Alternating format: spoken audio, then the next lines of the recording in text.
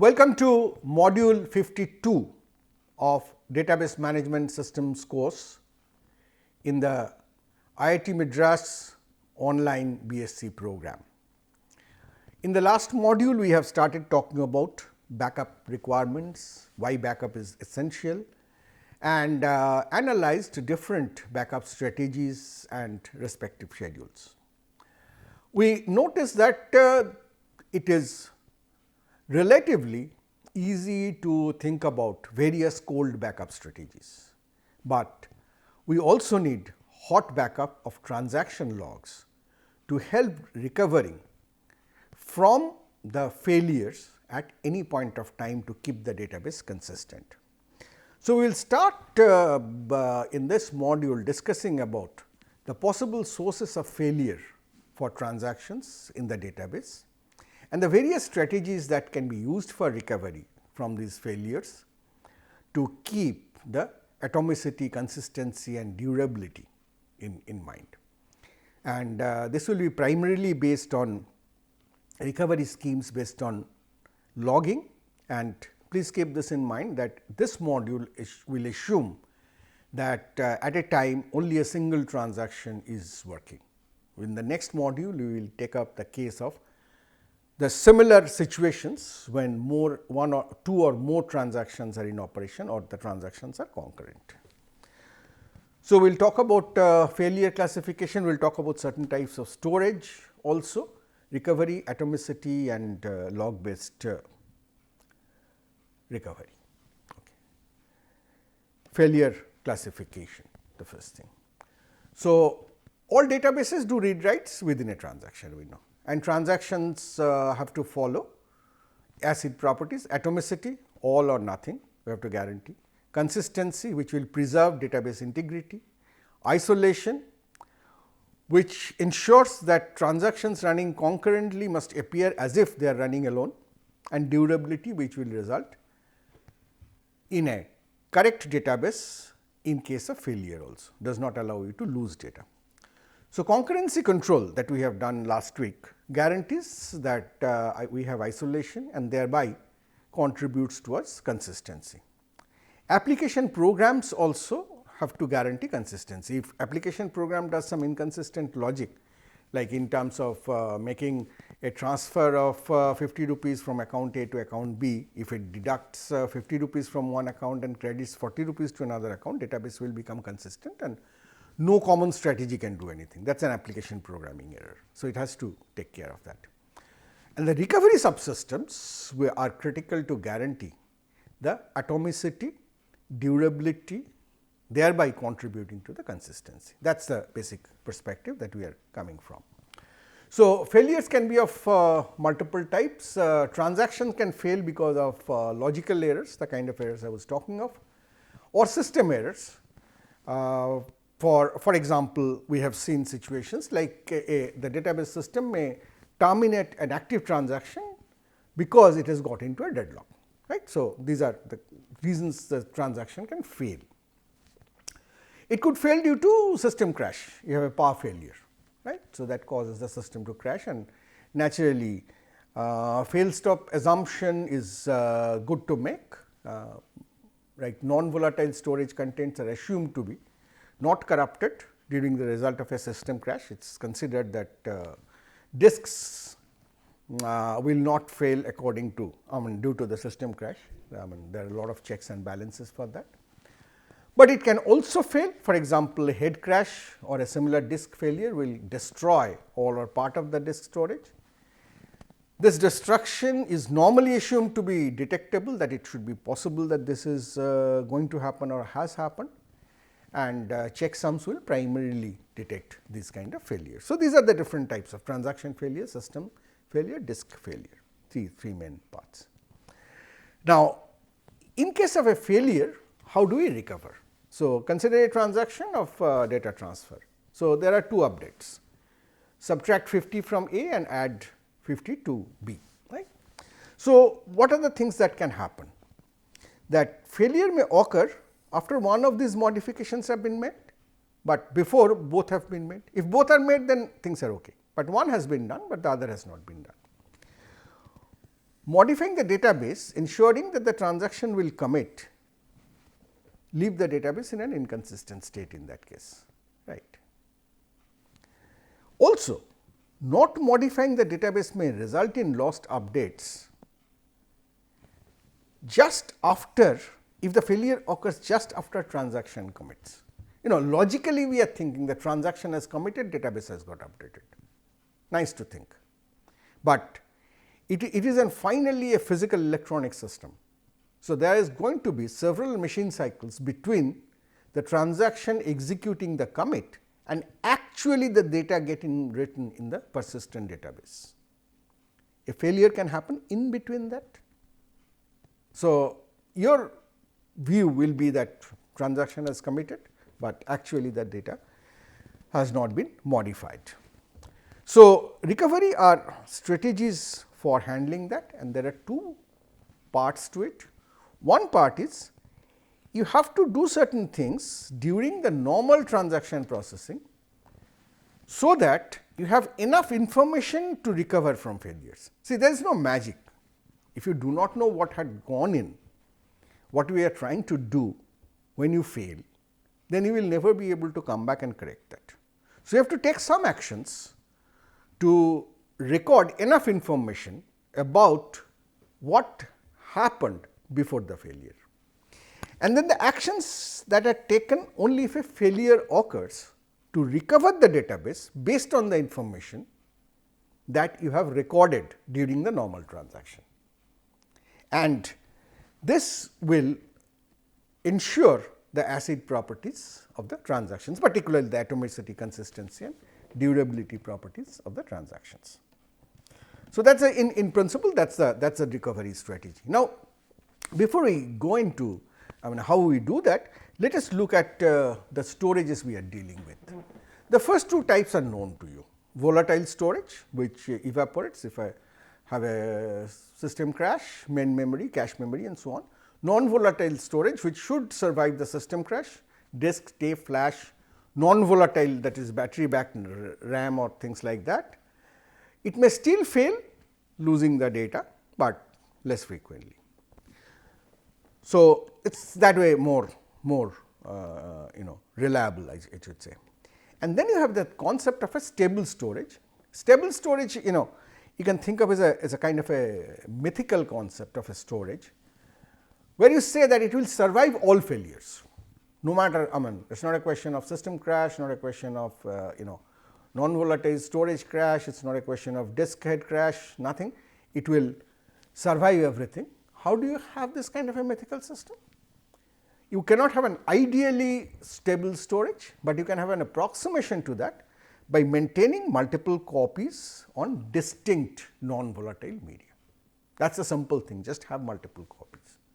But there are issues with that. If you have multiple copies, how do you update those copies? How do you make sure that one copy may have gone bad, other copies are okay and so on, but that is the basic concept of the stable storage, right. So, maintain multiple copies on separate disk, at times you have the copies kept at multiple sites, different remote sites.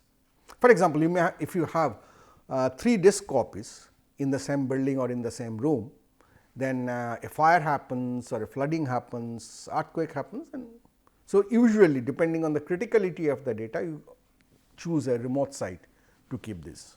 Obviously, complications increase because the moment you have remote site, you have much larger latency of data transfer between them, and the question is how do you keep them updated. Now, failure can still result in inconsistent copies. The block transfer that you have to do to multiple of them can have a successful completion. This is a happy thing which will happen most often. It can have a partial failure, that is you have been able to update, but with a incorrect information, or it can have a total failure that you have not been able to update it at all. So, you will have to work with all of these practicalities in mind, right.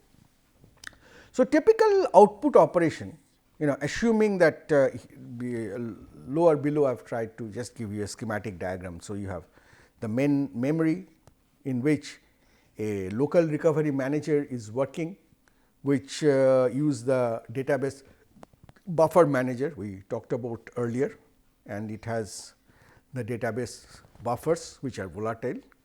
And then you have a secondary storage which is a stable database, let us say. So, does not fail, takes care of through multiple copies. So, when you are assuming that you are say writing 2 copies of each block, there could be more, more copies you keep, naturally your resilience against failure increases, naturally the complexity of managing that becomes higher. But if you assume 2 copies, then you write the information onto the first physical block. If the first write is successful, then write the same information in the second physical block. You write one, then write the next. And the output is considered complete only after the second write successfully completes. Right? This is what is a basic strategy. Very naive strategy I should say, but that is what works best in these situations. So, what can happen? If you do that, the copies of a block may differ due to a failure in the output operation. Right? So, how do you recover from that? You have to first find the inconsistent blocks. So, you can compare 2 copies of every disk block, right? Then you will know what all are inconsistent. That is excessively expensive. So, you will not do that. So, a better solution is record in progress disk writes on non-volatile storage. Right? As the disk writes are happening in a non-volatile storage like a RAM or special area of the disk, you keep a record of how the disk writes are going on. Use this information when during recovery to find blocks that may be inconsistent, right? Because there you have recorded what if when you have written, if they are identical, they were not.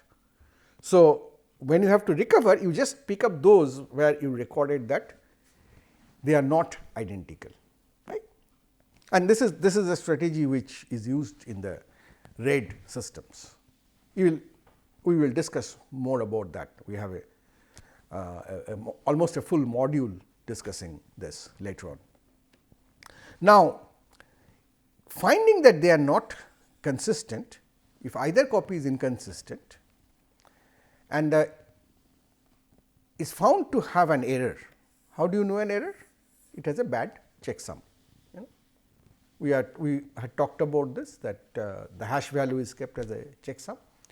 So, if either copy of the inconsistent block have an error, then you overwrite, then you know that this is the erroneous block, so overwrite with the other. If both are correct, but different, then overwrite the second block by the first block, as simple. Right? So, this is the basic strategy that you can take with the stable storage being available to you. Now, to make this more manageable and also to improve the throughput, you do some more tricks. What you do is, you have physical blocks which we talked about, you have system buffer blocks that are residing temporarily in the memory. So, physical blocks are being brought to the main memory buffer blocks and brought back. So, input process, output process, right. Now, when the transaction has to use, it does not actually directly use the system buffer blocks. Rather, the transaction will have its own local buffer that is different from the system buffer. So, what the transaction do is, if the transaction T I has to work on a data item X, it copies it from the system buffer to its local buffer, let us call it X I. So, it has to, if it is doing multiple reads, then for the first time it has to read from the system buffer. After that, it can read from its own buffer. So, that is a read X operation. And for write X, you will write back this local value back onto the buffer block. Right? So, so the transaction will keep on interacting with its own buffer only, and in case of read, it will go to the system buffer, bring it to its own buffer. In case of write, it will write its value from the local buffer to the system buffer, and then you will have a output Bx. Output Bx means outputting the system buffer, where x was the value of x was updated through write x back to the physical block. So, schematically, if we see, it is very easy to understand. This is your physical blocks, input brings it to a buffer, output writes it from the buffer to the disk, and this is a private work area, private buffer for the transaction, and you make a copy, keep on using it here, compute new values, and then you write back through the system buffer to the disk eventually. Right. So, this is the data access protocol that is typically used. So, with this, we will try to make sure that we can have a pretty robust recovery mechanism. Right. So, for that, what is used called a log based recovery. As I was talking of in the last module also, a log based recovery is, the basic concept is that any time you do an update, you basically write down that update in a transaction log. Here we will show this mechanism for serial transactions. In the next module, we will come with the concurrent transactions. So, log based recovery is simple. A log is created for every action. That can change the data, not for your computational actions.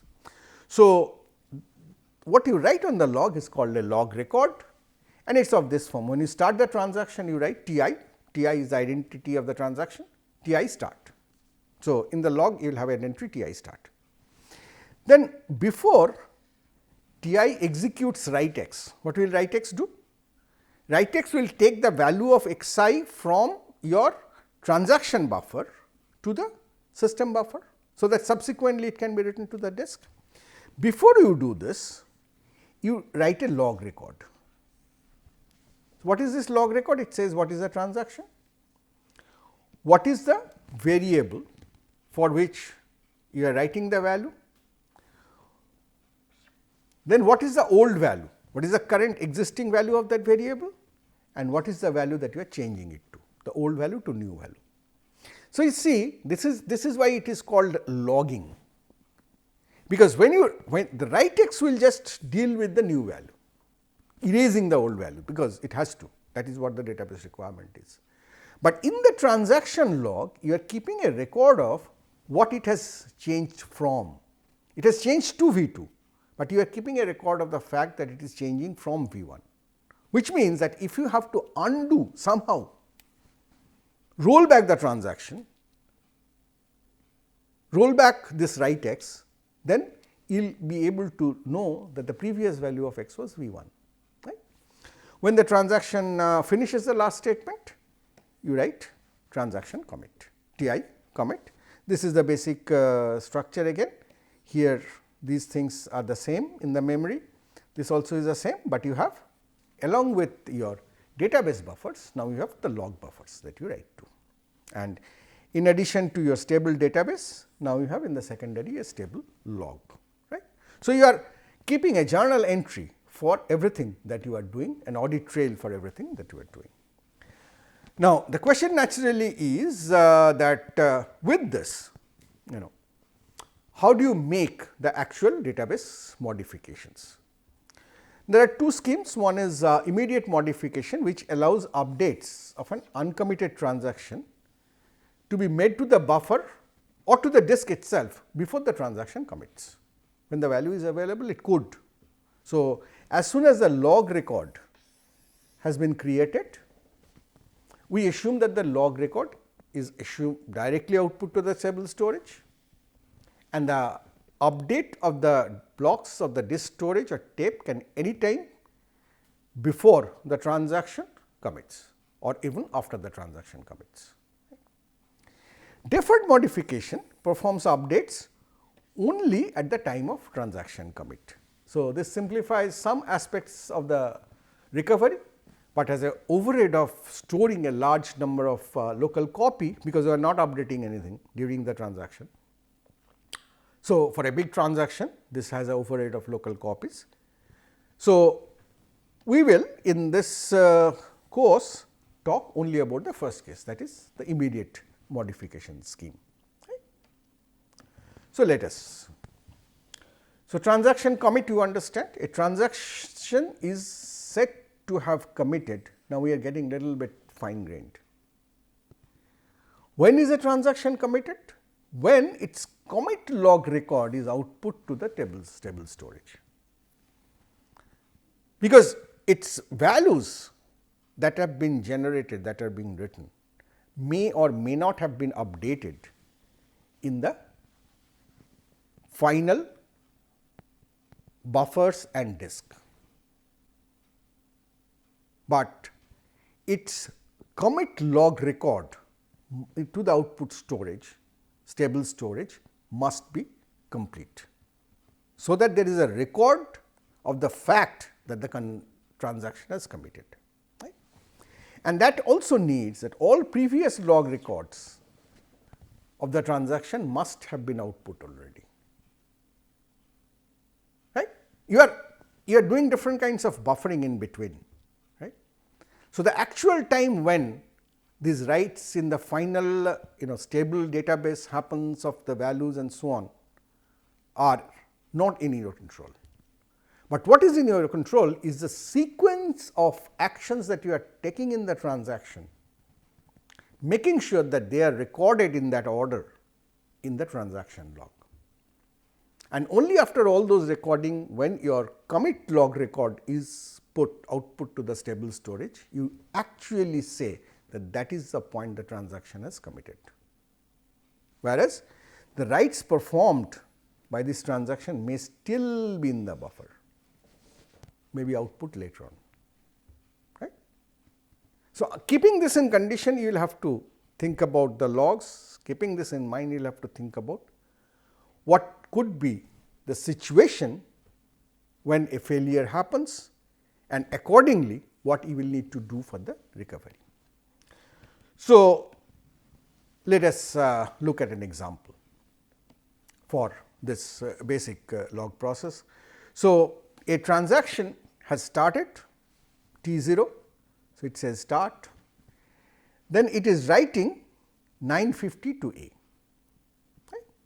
So, and before writing that, it is writing the transaction log. Assuming that A was 1000, it has written a log record saying that T0 is writing A, changing its value from 1000 to 950. T0 is writing B, changing its value from 2000 to 2050. Together, what does it mean? 50 rupees have been transferred from A to B. Right? After these logs have been written, the actual writes are done. So, what will this write do? This write will try to take the value from the transactions buffer to the system buffer, subsequently to the disk, and then the transaction commits by writing this log record. The output, so this write is taking it to the buffer, and this is your output is basically taking it to the physical disk. So, you can see that this still is in the buffer, but you have committed. You have taken that transaction has taken place, because you have in the log enough information to reconstruct the scenario at this point. Then another transaction T1 starts, then T1 changes C from 700 to 600, T1 writes C 600 into the buffer, and at this point BB and BC, what is BB? BB is a block, system block containing the value of the variable B. BC is a system block containing the value of the variable C. Output to the disk. So, what do you see? In case of C, the BC has been written to the disk even before T1 is committed, has been written, and BB is being written after T0 has committed. So, for some it could be before the commit, for some it could be after the commit. Then T1 commits, that it writes that it has the log record T1 commit, and then you have BA being output. So, BA is also output after T0's commit. So, you can see that this dissociates this ability to write down what is going on in terms of the transaction on the transaction log, helps you to dissociate the process of, otherwise what you would have required is, after you have done this, you would have required to wait till this output to the disk happens, and output to the disk is more expensive. And one block may have multiple transactions variables, and it is up to the database to decide as to what is the appropriate time to write a buffer block back into the physical block. And if you have to wait for that in your transaction, then your commit will get delayed, your whole throughput will go down.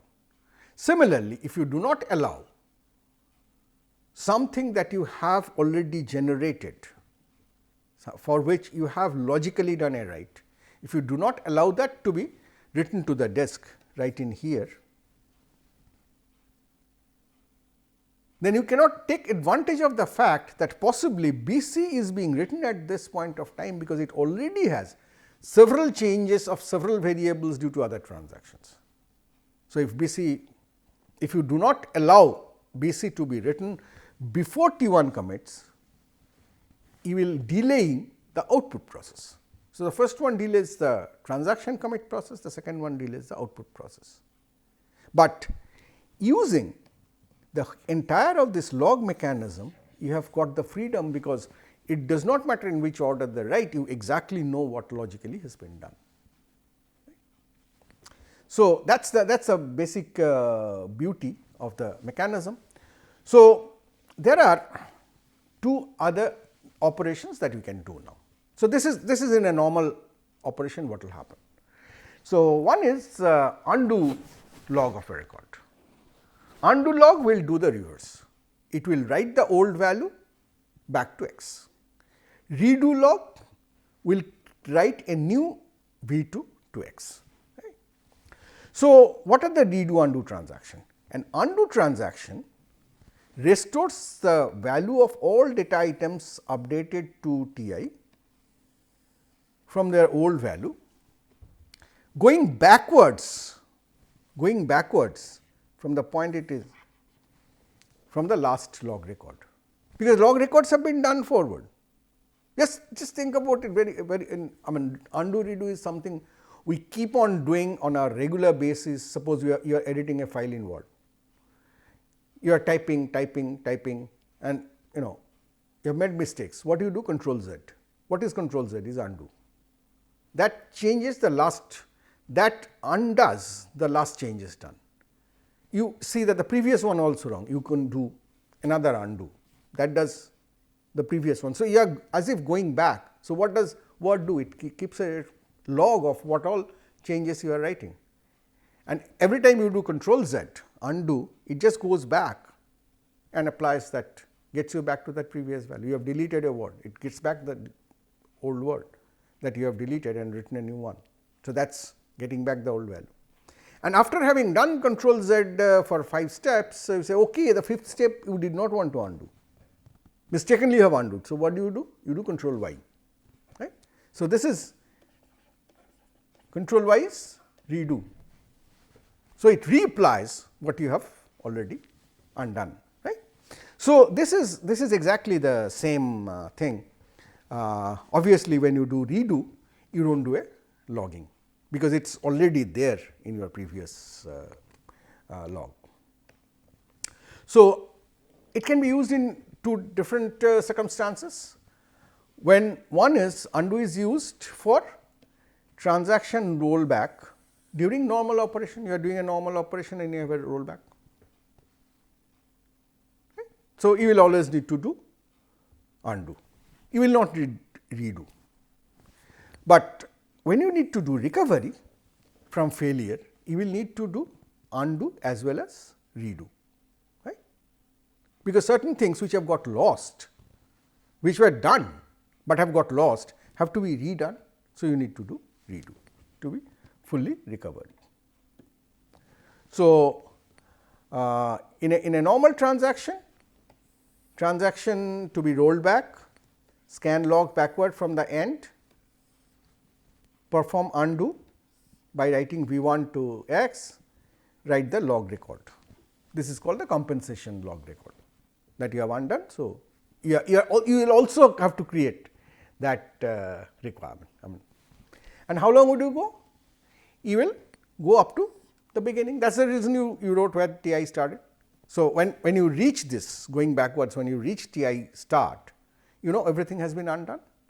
So, in the log now you write, so you are writing compensation logs, now in the log you write TI abort, because it has been aborted, right. So, this is the basic. Now, when you are doing it during failure, the transaction TI needs to be undone if the log contains the record TI start, but does not contain the TI commit or TI abort. Then you have to do the undo, because it is partially done.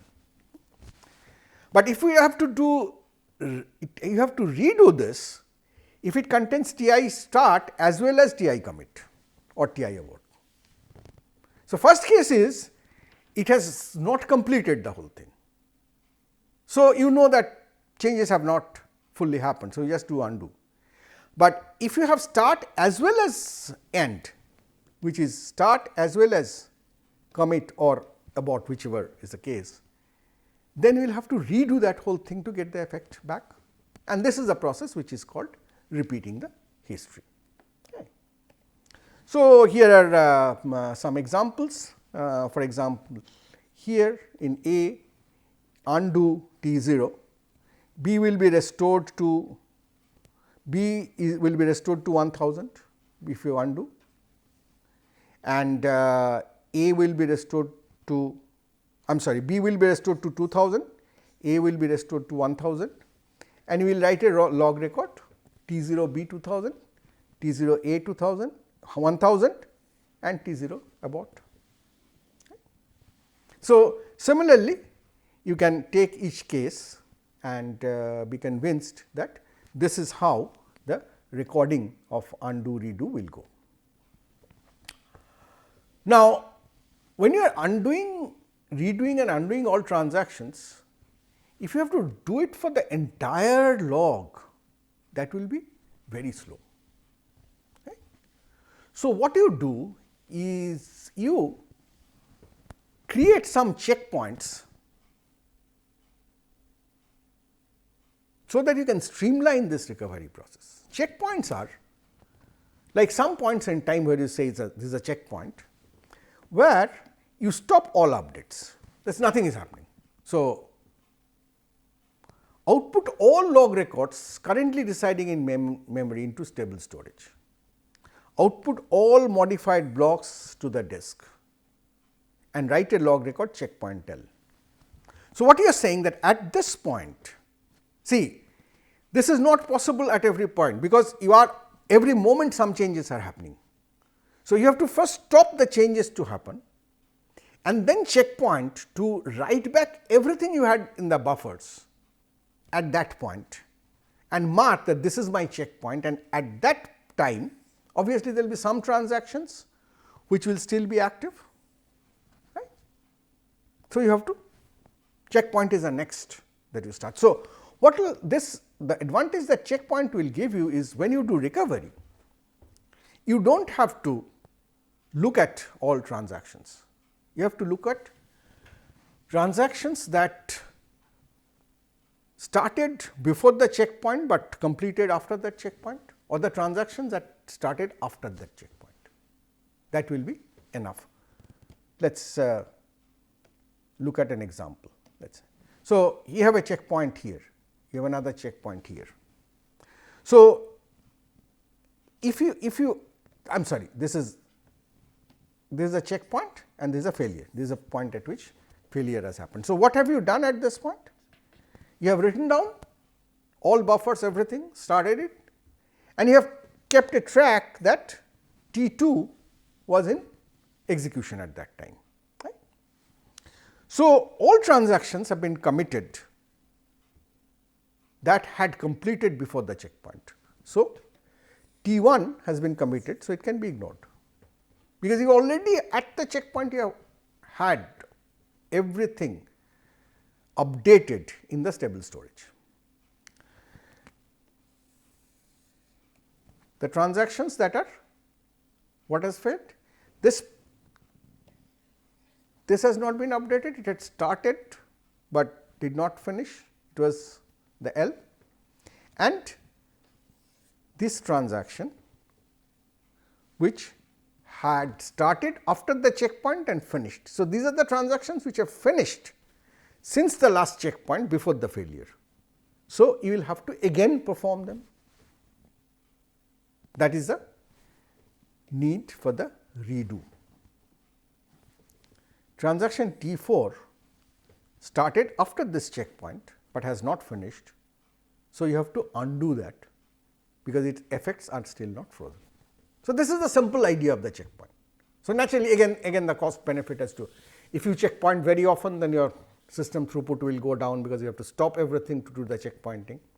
If you do checkpoint very sparsely, then your transaction logs will become much larger inside, and your recovery will become expensive, depending, it is DBA's responsibility to balance between the two.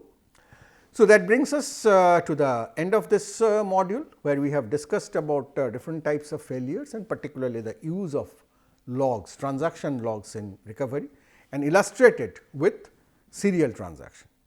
In the next module, we will take this, generalize this to concurrent transactions as well. Thank you very much for your attention. See you in the next module.